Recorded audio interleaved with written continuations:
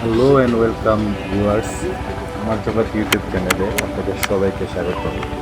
আজকের যে খামারটা আপনারা দেখছেন সেটা বাংলাদেশের একটি ইকো এনভায়রনমেন্ট গবাদি পশুর খামার এবং একটি সফল খামার।